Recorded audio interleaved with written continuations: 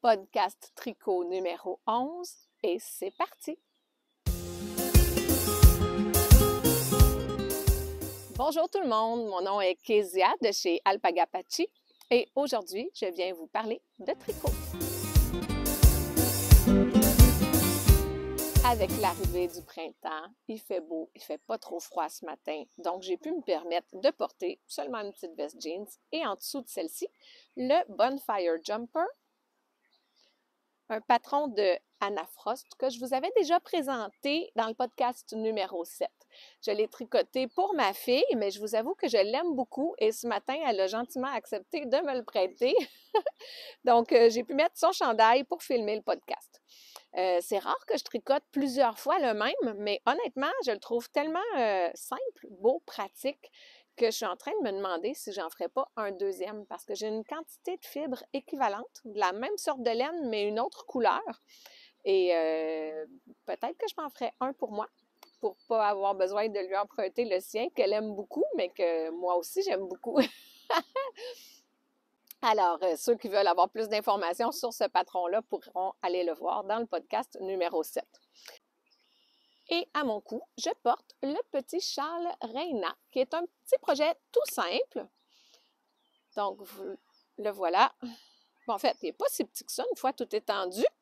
C'est un patron de Noura Backlund. Je ne sais pas si je prononce bien son nom, mais c'est un projet qui a été très populaire sur Ravelry. Il y a d'ailleurs plus de 16 000 projets réalisés sur Ravelry. C'est un patron gratuit qu'on peut retrouver en français, en anglais, en allemand et même en hongrois. Donc, dans plusieurs langues, c'est simple à réaliser. Ça alterne des sections de point mousse et de point dentelle. Une petite dentelle toute facile à faire. Donc, petit projet simple à réaliser. Je ne vous en parlerai pas plus longuement. Je sais qu'on commençait par le centre ici, puis ça s'en allait vers la pointe, là, en agrandissant. Mais honnêtement, ça fait vraiment plusieurs années que je l'ai tricoté. Donc, j'ai pas vraiment de souvenir de tout ce que j'ai fait comme étape pour le réaliser, mais bon, c'est simple. Je me rappelle même plus non plus de la fibre que j'avais utilisée. Je sais que c'était une laine à bas que j'avais dans mes affaires, que j'ai pris pour faire ça. Mais quelle marque, quelle couleur, j'en ai aucune idée. Je l'ai peut-être noté dans mon Ravelry, il faudrait vérifier. Mais voilà, le châle Reina. Aujourd'hui, je n'ai pas de grands projets terminés à vous présenter, mais plutôt plusieurs petits projets. En fait, j'ai 7 projets tricot terminés, ainsi que d'autres projets que je vous montrerai après. Donc, je commence tout de suite avec le Kello Cole. C'est un patron, regardez ça comme il est joli, de Eniko Balog, une designer de la Finlande pour laquelle j'ai fait un test-knit. Donc, je l'ai déjà porté. Je suis allée même faire du ski avec et c'était parfait. C'est un patron qui est one size, donc une grandeur.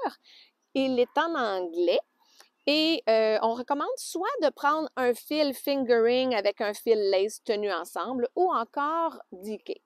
Moi, j'ai pris tout simplement un fil diqué gris 100% alpaga, un fil diqué blanc naturel aussi. 100% alpaga aussi, pour faire ceci. Ça se réalise avec des aiguilles US 1.5 et US 2.5, des aiguilles circulaires de 80 cm ou 32 pouces. On commence avec la couleur contrastante. Donc, vous voyez, je ne me rappelle plus si c'est en haut ou en bas que j'ai commencé, mais de chaque côté, c'est la même chose. Il y a une petite ligne avec la couleur contrastante et ensuite, on fait le rebord en côte avec la couleur principale et on commence le motif. Pour moi, vous savez, là, quand je fais des motifs comme ça, c'est comme du coloriage. J'adore ça. Et à chaque fois, quand j'en commence un, je ne peux pas m'arrêter ici. Il faut que je me rende au moins à la fin de ce dessin-là avant de prendre une pause parce que c'est comme addictif. Je veux voir le dessin terminé. Donc, vraiment, je l'aime beaucoup.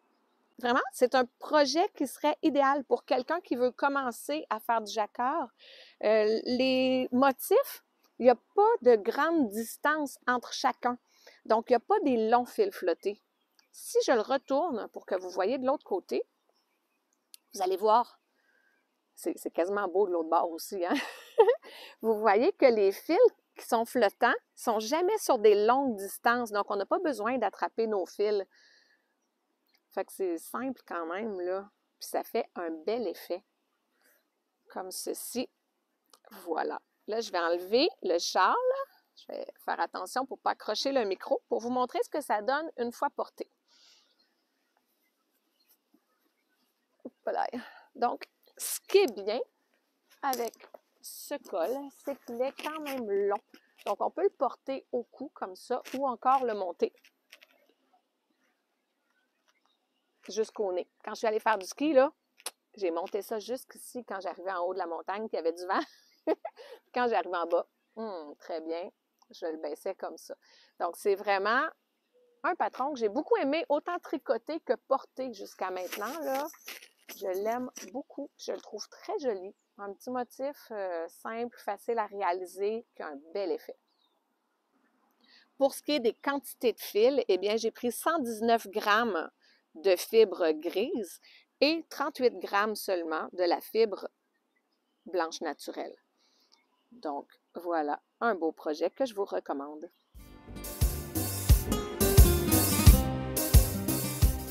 Mes petits garçons sont tous disparus. En fait, c'est que le chat vient d'arriver dans l'enclos et puis ils sont tous allés le saluer. Donc, ils sont tous partis un petit peu plus loin là-bas, mais on ne le voit plus. Ils devraient revenir nous voir, sinon je changerai l'angle tout à l'heure pour qu'on puisse les voir à nouveau.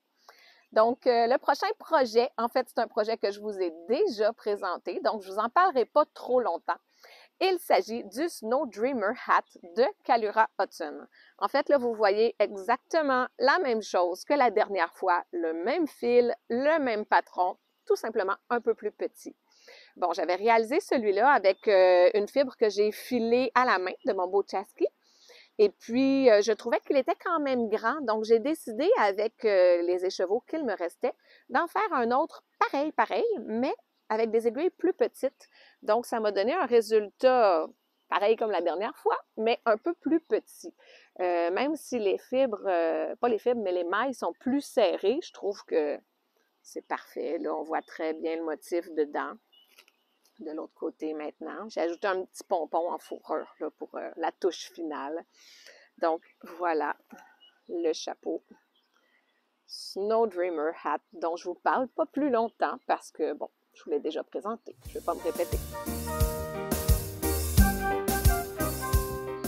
Bon, alors là, j'ai changé d'angle. Si ça continue comme ça, aujourd'hui, vous allez voir tous les angles de l'enclos. Vous voyez, mes garçons sont rendus tout derrière là-bas. Ils se sont vraiment déplacés. Ils ont suivi le petit minou. Le petit minou est parti, mais eux ont décidé de commencer à grignoter un peu le gazon qui apparaît sous la neige qu'ils font. Donc, ils sont bien heureux là. Et bon, le soleil est un petit peu à contre-jour, mais c'est pas si pire. Je pense que vous pouvez quand même bien voir les projets que je vais vous présenter. Alors, le prochain, je reste avec un patron de Kalura Hudson encore. Il s'agit du Winter Dreamer Headband. Celui-là, je vous en montre un, mais en fait, je l'ai fait 2 fois de fil. Le premier ne m'était pas destiné, mais quand j'ai vu le résultat final et que je l'ai essayé, je me suis dit non, j'en veux un pour moi aussi, je ne peux pas le laisser partir celui-là, donc je m'en ai fait un pour moi aussi. Donc, je l'ai fait 2 fois, pareil. J'ai pris une fibre un petit peu plus grosse que celle de tout à l'heure. C'est recommandé pour une fibre bulky. La mienne était un bulky léger, je vous dirais, là, plus gros qu'un diquet, mais pas très grosse quand même. 100% alpaga blanc naturel. Et puis, bon, le résultat me convient parfaitement. C'est un patron qui est gratuit sur Ravelry, donc profitez-en. Hein? C'est un beau patron à télécharger, idéal pour cette température-ci au printemps. En fait, bon, mes feuilles veulent s'envoler. Je vais attacher ça ici avant de continuer de vous parler pour ne pas courir après dans l'enclos. Alors, ce patron, je vous disais, il est gratuit sur Ravelry et il est parfait pour le printemps parce que c'est un bandeau, une épaisseur, c'est pas trop épais, c'est juste correct. Et en plus, la largeur, je la trouve vraiment parfaite. Donc, si je l'enfile, vous allez voir que c'est assez large pour vraiment cacher toute mon oreille. Donc, à ce temps-ci de l'année, quand il ne fait pas assez froid pour mettre des gros chapeaux d'hiver ou des gros bandeaux double épaisseur très épais, mais que, bon, parfois le matin, c'est encore frais. Moi, j'aime ça me couvrir les oreilles quand c'est frais pour ne pas geler des oreilles. Donc, celui-ci est juste vraiment là, parfait, comme ce que j'aime. En plus, avec cette couleur-là, un blanc naturel, ben ça fit avec pas mal de mes vêtements de printemps. Donc, c'est génial pour ça. Pour ceux et celles qui voudraient essayer de le faire, ça se fait très bien. C'est pas très long à réaliser. On peut le faire en une journée si on veut. On commence avec l'aiguille US 5, c'est ça que je cherchais. Donc, on fait le petit rebord avec l'aiguille US 5, donc 3,75 mm. Et la partie principale du bandeau, là, ici où est-ce qu'il y a le beau motif, avec les petites torsades, mais qui sont quand même simples à réaliser, là, avec une aiguille US 7, donc 4,5 mm. Le patron demande 82 mètres de fibre bulky, ce qui veut dire que, bon, avec une pelote, on peut faire facilement un petit bandeau comme ça. Ça prend pas beaucoup de laine ou de fibre pour le réaliser. Voilà un petit modèle que j'aime beaucoup et que je sens que je vais porter beaucoup pour le printemps. Et voilà, j'ai encore changé de place. Là, si vous voyez que je suis comme ça, c'est parce qu'on est vraiment dans la période du dégel. Donc, je déplace ma chaise, mais plus je vous parle, plus elle renfonce parce que c'est un peu boiteux au sol, comme la neige. Vous voyez, il y en a encore en arrière, mais il y a une partie de l'enclos où il n'y a plus de neige, mais le sol est mou. Donc, les pointes de ma chaise enfoncent, mais plus d'un côté que de l'autre des fois. Alors là, je me sens un peu croche. C'est pas grave, on est capable de continuer. C'est un détail, l'important, c'est les tricots qu'on regarde. Donc, le prochain projet, c'est aussi un patron de Kalura Hudson. J'ai souvent des projets de elle parce que j'adore cette designer. J'aime beaucoup ses patrons.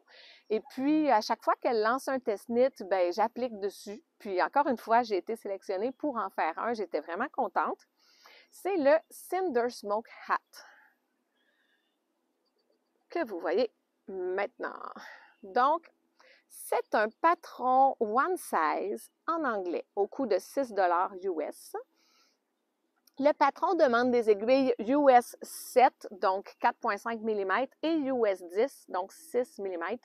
Mais c'est aussi possible de le faire tout au complet avec les aiguilles US 10 parce qu'il y a deux choix de montage pour commencer et selon le montage qu'on utilise, on peut le faire avec la US 7, la plus petite, ou encore faire l'autre montage proposé avec la même aiguille qu'on va prendre pour faire tout le chapeau avec la même aiguille dans le fond.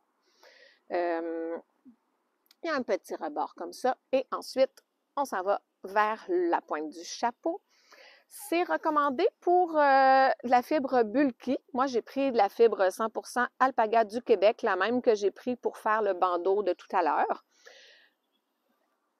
Vous voyez, c'est un patron qui se tricote rapidement parce que, ben, avec des aiguilles US 10, là, c'est pas long que ça monte, hein, ce patron-là. Donc, c'est un patron qui se tricote rapidement. Avec des aiguilles US 10, ben, je vous dis que c'est pas long qu'on a notre chapeau tout terminé. On réalise ça avec les aiguilles circulaires. Donc, ça tourne et comme vous voyez, bien, il y a deux lignes ici, mais l'arrière est similaire. Donc, en réalité, là, ça fait comme un X sur le dessus, si je vous le montre du dessus du chapeau. Donc, on va faire 4 fois la même chose pour réaliser le tour complet. Je vais le porter pour vous montrer ce que ça donne. Oups, tiens, si je mets les lignes comme ça serait beau pour que ce soit quand même égal des deux côtés.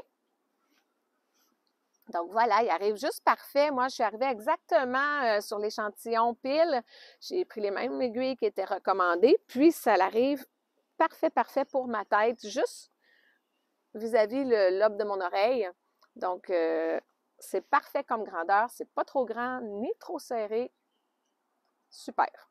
Un beau patron. Si ça vous tente de vous faire un petit chapeau rapide, pas long à tricoter, que vous avez de la fibre bulky, ben ça, c'est parfait. Ça m'a pris 112 grammes de fibres pour le faire. Donc, voilà pour ce qui était du Cinder Smoke Hat. Ensuite de ça, j'ai découvert le patron du Aveline Cole qui est disponible sur Ravelry. C'est un patron de Marion Richardson Design et c'est un patron qui est gratuit en anglais. Le voici ce que ça a donné. C'est beau, hein? Hey, il mange pas mes cheveux, toi! Il mange mes cheveux. Je veux pas être chauve. Alors, c'est un patron, je vous disais, qui est gratuit, qui est en anglais, One Size. Il est recommandé pour un fil à rang et des aiguilles US 9. Dans mon cas, j'ai pris un fil que j'avais majoritairement en alpaga avec un petit pourcentage de mérino coloré rose. Donc, ça fait une petite touche de rose sans être trop rose non plus, là. C'est pas rose Barbie, là. C'est quand même discret, délicat. J'ai pris une aiguille US 8 à la place de US 9. Je trouvais, quand je tricotais avec ce fil-là, que c'était mieux une petite affaire plus petite pour pas que mes mailles soient trop espacées. Donc, c'est un patron idéal pour quelqu'un qui veut commencer à faire des torsades parce que les torsades sont très faciles, très simples. C'est seulement une maille à la fois toujours, soit qu'on passe devant ou qu'on passe derrière. Mais il n'y a rien de compliqué. Là. Il n'y a pas d'affaire de 2, 3 mailles, passer en avant, revenir en arrière. Non, non, non. C'est juste une à la fois en avant, une à la fois en arrière, un ou l'autre. Donc, très, très simple. Voilà. Bien sûr, il y a de chaque côté une petite bande de côte. Et puis, bon, le motif, on le commence. Ensuite, il y a un certain motif à faire. Moi, je l'ai répété 4 fois avant de faire la finition de l'autre côté. Puis, ça me donnait une grandeur qui avait bien de l'allure. Je vais l'essayer pour vous montrer. Le voilà. Tadadam! Et par la suite, quand j'ai eu terminé le col, je me suis dit, ben comme j'ai bien aimé le col, je vais faire la tuque parce qu'il existe aussi de la même designer, le modèle de la tuque. Donc, je vous montre ça dans un petit instant. Bon, après avoir fait le col que je viens de vous présenter, j'ai décidé de faire la tuque qui va avec. Donc, il s'agit du Aveline Hat, aucune surprise ici, hein? C'est le même nom, mais en chapeau pour aller avec le col. Donc, c'est encore une fois très simple à réaliser, des petites torsades faciles, idéal pour quelqu'un qui est débutant avec les torsades ou tout simplement qui n'a pas envie de se casser la tête et de faire un beau petit résultat rapide à obtenir quand même, parce que c'est une grosse fibre aussi. Et ça se tricote avec des aiguilles US 6, donc 4 mm, et US 8, donc 5 mm. Moi, j'ai pris le même fil que j'avais pris pour le col. Ça m'a pris 107 grammes de fibre.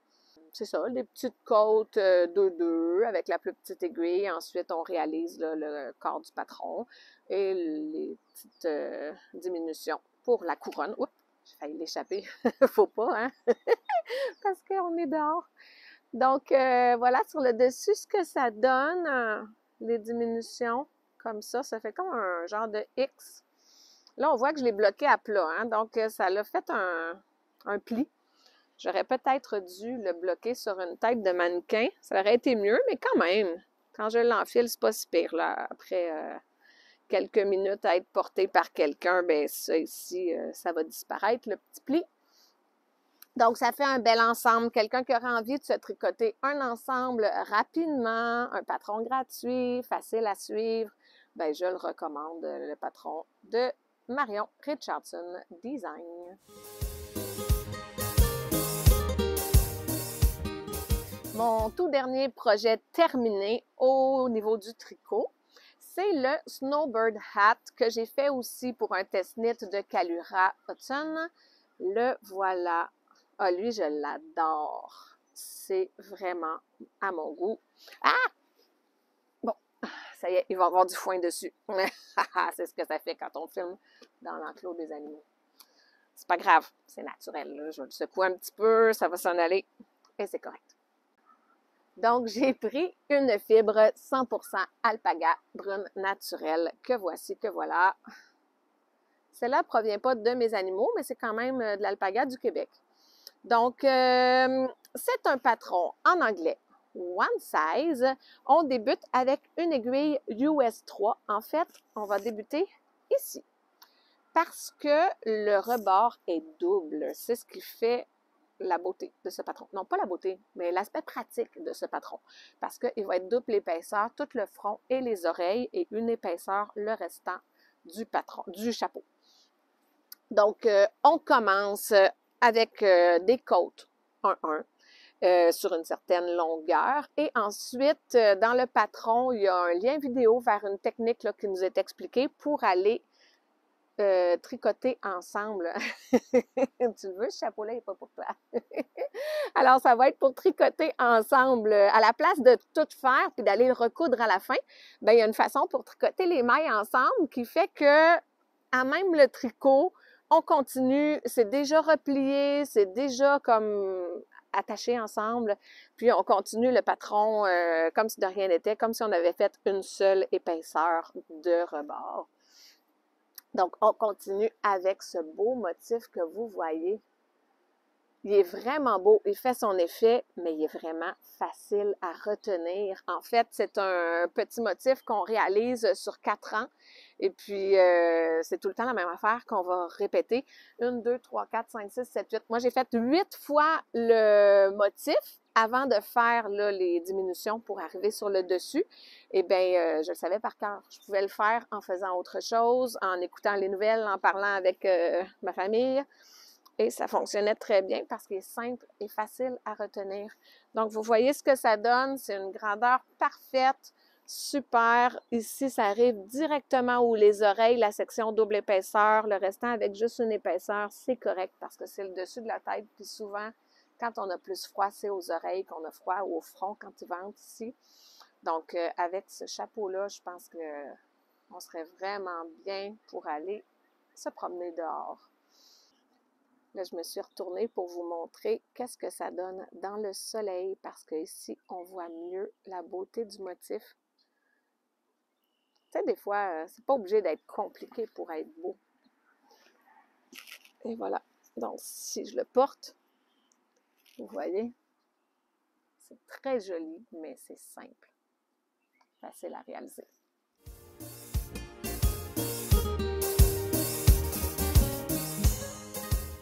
Donc, pour ce qui est des projets tricot, je vous ai montré tous mes projets terminés que je voulais vous présenter aujourd'hui, mais je n'ai pas fait seulement du tricot. Je me suis amusée à faire d'autres choses. Donc, je suis allée à un cours de macramé au Cercle des fermières où est-ce que je suis inscrite. Donc, on a réalisé ceci que j'aime beaucoup, puis que je vais installer sur mon mur de chambre.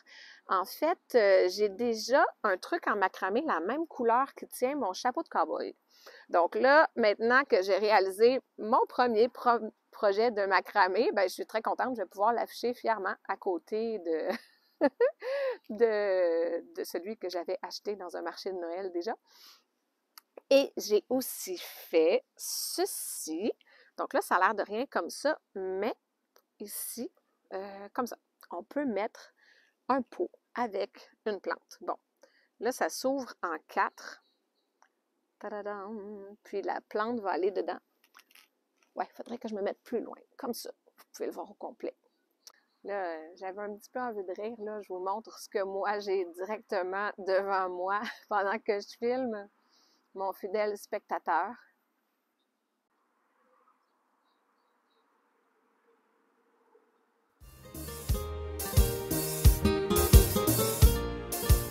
Peut-être que vous vous souvenez, je vous ai présenté un projet que j'avais commencé au Cercle des fermières pour ma plus grande fille. Bon, ma plus jeune, elle avait choisi ce chandail-là qu'elle m'a prêté aujourd'hui, mais ma plus vieille, elle aimait bien le projet qui allait être fait. Donc, elle avait dit, j'aimerais ça que ce soit pour moi. Et puis, j'avais commencé à le tricoter pour elle, mais honnêtement, je vous disais que je n'aimais pas le patron, j'avais pas de plaisir à le tricoter, j'aimais pas la façon dont il était écrit. Donc là, quand mon cours aux fermières a terminé, je me suis rendu compte que le projet est resté dans le sac. Il n'a pas bougé, il n'a pas avancé du tout. Donc, je lui ai demandé, est-ce que tu préfères que je te le termine? Si tu le veux vraiment, je vais me forcer pour le faire. Mais si tu veux un autre projet différent, ben, je te propose qu'on en recherche un qui te plaît beaucoup pour faire celui que tu veux.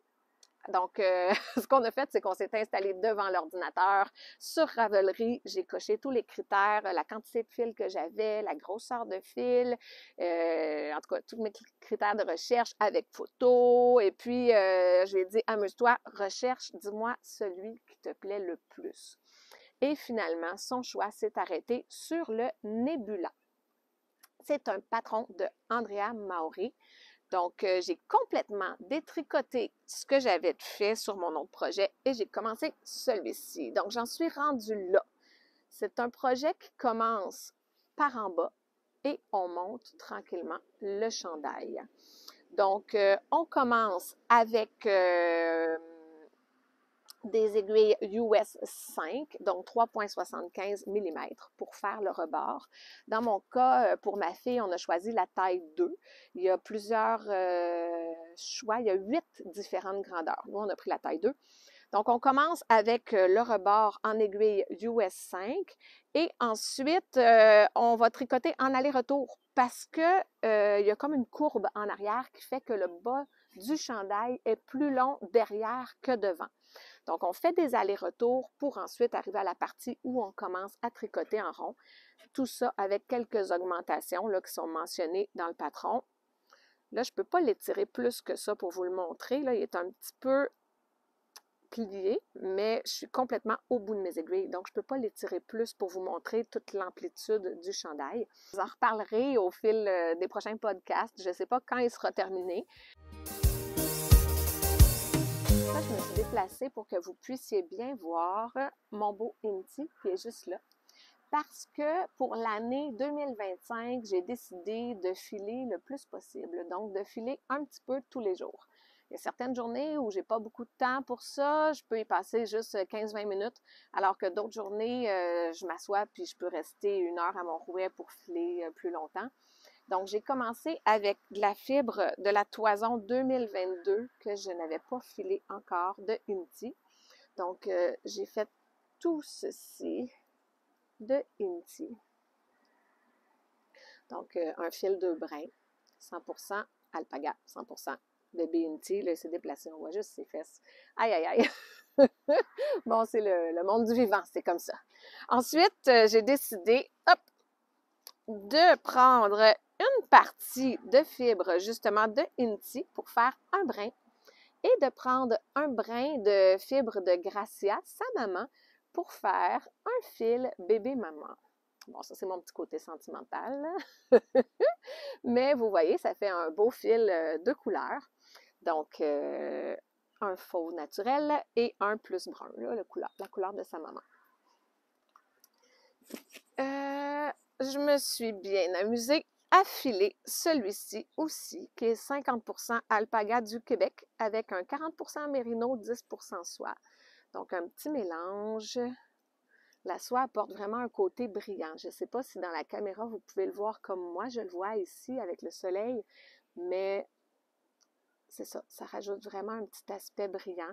Je pense pas que je ferais tout un projet avec ça, mais peut-être je l'alternerais avec du brun du Québec, justement, le même brun que j'avais pris pour faire ça. Bon, là, il est vraiment pas beau en ce moment parce qu'il est tombé par terre puis il y a de la boue. Donc, même si je l'avais déjà lavé lorsque je l'ai filé pour bloquer mon fil, en rentrant dans la maison tout à l'heure, je vais tout de suite le relaver. Parce que là, je veux pas que la boue sèche puis qu'il y ait plein de sable dessus mon écheveau qui était pourtant si beau.